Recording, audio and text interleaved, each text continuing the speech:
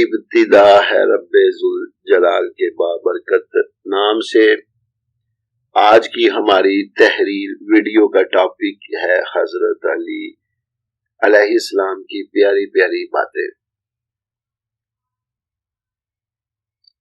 بندوں کے ساتھ احسان کرنے اور ملک میں عدل و انصاف پھیلانے کو لازم پکڑو تاکہ قیامت کے دن گواہوں کی گواہی سے دینے کے وقت خوف و خطرے سے مامون ہو جاؤ۔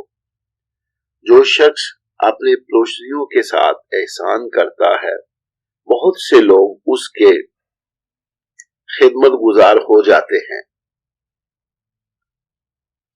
جب دنیا کی کوئی چیز چلی جائے تو اس پر غم نہ کرو، اور جب کسی کے ساتھ احسان کرو تو اسے مت جتلاؤ۔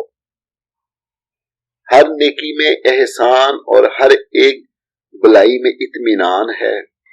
احسان کو ضائع کرنا بہت بڑی مصیبت اور امانت میں خیانت کرنا نہایت بہت بڑی خیانت ہے۔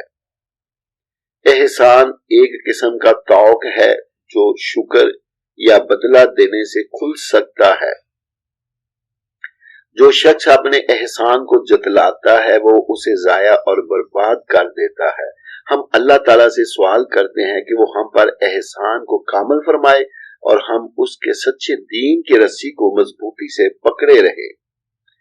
دشمن پر احسان کرنا ایک طرح کی بڑی کامیابی، ذکر خیر ایک بہت عمدہ غنیمت، نیک اولاد ایک اچھا ذکر، توفیق عزتی ایک نہایت اچھا حصہ اور تواضع بہت عمدہ شرافت ہے۔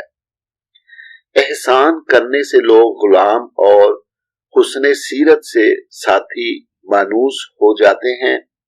ایثار سے آزاد لوگ غلام ہو جاتے ہیں اور احسان سے انسان تابع فرمان بنتے اور منت رکھنے سے احسان مقدر ہو جاتا ہے۔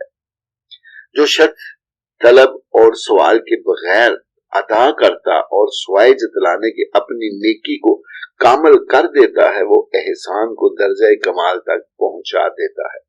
نہایت بہترین احسان یہ ہے کہ آدمی شریف لوگوں کے ساتھ بھلا کرے، اور نہایت حصہ یہ ہے کہ انسان کو جو کچھ ملے اس پر قناعت کرے۔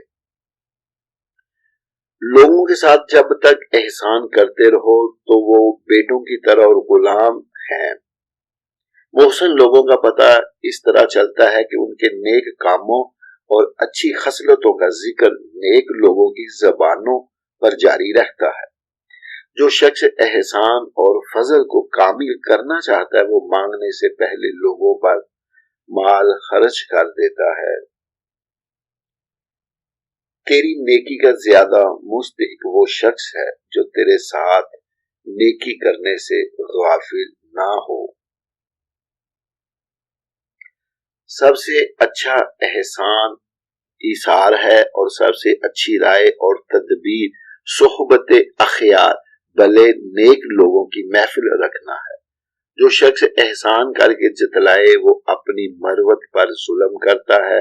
جو شخص اپنے رشتہ داروں کے ساتھ زیادہ احسان کرتا ہے اس کے بھائی بہن اسے دوست رکھتے ہیں۔ خاموشی کو لازم پکڑ اور تھوڑی سی روزی پر قناعت کر اور اس پر صابر رہ۔